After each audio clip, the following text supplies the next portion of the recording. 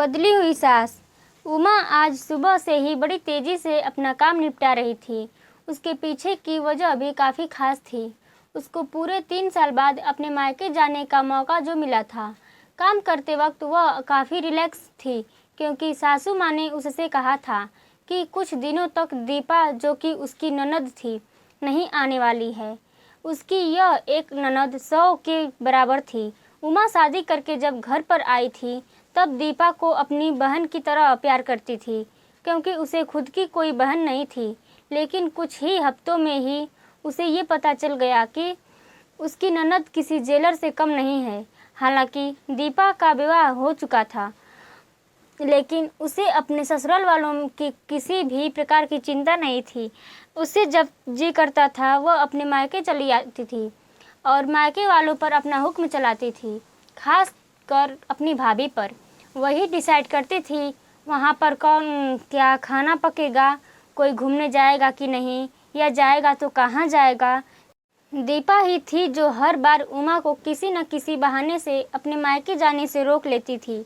लेकिन आज का दिन कुछ अलग था, क्योंकि माँ के कहने पर दीपा के पति ने उसके मायके जाने का इंतजाम कर दिया था। ट्रेन की भी टिकट बुक हो चुकी थी।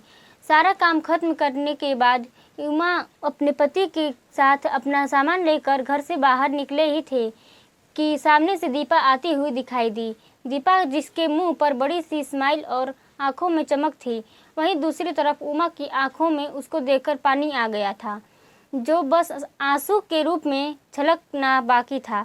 भैया भाभी के पास आकर दीपा ने कहा, क्यों भैया, कहाँ चले अपनी पत्नी के साथ सैर सपाटा करने के लिए?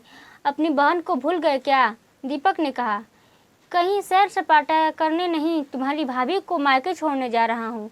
अच्छा, मैं आई और भाभी जाएंगी? क्या आपकी पत्नी को मेरा आना पसंद नहीं है? दीपा ने भाई भाभी को टोंट मारते हुए कहा।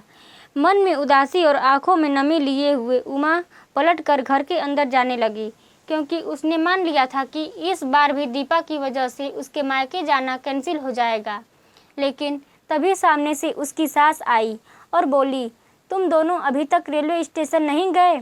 क्या गाड़ी के पीछे दौड़ते हुए जाओगे? दीपा बीच में टपकते हुए बोली, यह क्या कह रही हो माँ? मैं आई हूँ और आप भाभी को मायके भेज रही हो? क्या अब आपको मैं इतनी खटकने लगी हूँ? माँ ने दीपा को डांटते हुए कहा, तेरा क्या है बेटा, तेरे लिए ये मायका थोड़ी ही है, यह तो तेरे लिए एक प्रवास स्थल है, जहाँ तू जब जी चाहे तब अपने ससुराल में बोरियत महसूस करे तो आ जाती हो। लेकिन वह बेचारी तो ऐसा नहीं करती, लेकिन बल्कि वह तो जब जाना चाहती है तब भी अपने मायके नहीं जाती, इसलिए उसका अभी मायके जाना बहुत ज़रूरी है। मैं तेरे या मेरे या किसी और की वजह से इसका इस बार मायके जाना बिल्कुल रद्द नहीं होने दूंगी। पहले यह बता तो, तू कब कुछ दिनों के लिए नहीं आने वाली थी, फिर कैसे आ गई? मैंने तो ऐसे ही कहा था। मैं देखना चाहती थी कि मेरे ना आने से भैया खुश होता है कि मुझे बुलाता है। दीपा ने कहा, हाँ हाँ, क्यों नहीं, कोई बुलाए या ना बुलाए, पर्यटन स्थल पर तो हर कोई जा सकता है। अब की बार मेरी बहू को उसके पर्यटन स्थल पर, यानी कि उसके मायके जाने दे। बेचारी ने सिर्फ अपने भाई की शादी देखी है और अब तो उसके भाई के बच्चे भी हो गया है। उसका मुंह तक नहीं देखा उसने। उसे भी अपने हिस्से का सुख भोगने दे। माँ ने दीपा को फटकारते हुए और उमा की साइड लेते हुए कहा। अपनी सास के मुंह से अपने लिए ऐसे शब्द सुनकर उमा की आंखें छलक गईं। उसने अपनी सास को गले लगा लिया। सास ने कहा, बहुत हो गया प्यार, जल्दी जाओ वरना ट्रेन छूट जाएगी। अपनी माँ का बदला हुआ रूप देखकर दीपा बहुत हैरान थी। उसे यकीन नहीं हो रहा था कि यह वही माँ है जो उसका हर कह मानती थी और हमेशा उसका पक्ष लेती थी, चाहे बहू सही हो या गलत। वही माँ अपने मन में अपनी उस दोस्त को धन्यवाद दे रही थी जो कुछ दिनों पहले उसके घर पर आई थी और कुछ दिन रही थी और जाते जाते उसकी आंखें खोल गई थी। सहेली ने उन्हें बताया था कि वह अपनी बेटी का मोह छोड़ दे, वरना अपने बहू और बेटे के मन में अपनी इज्जत खो देगी। बिना सोचे समझे अच्छे बुरे का विचार किए हर फैसला सिर्फ अपनी बेटी के हिसाब से लेना सही नहीं है।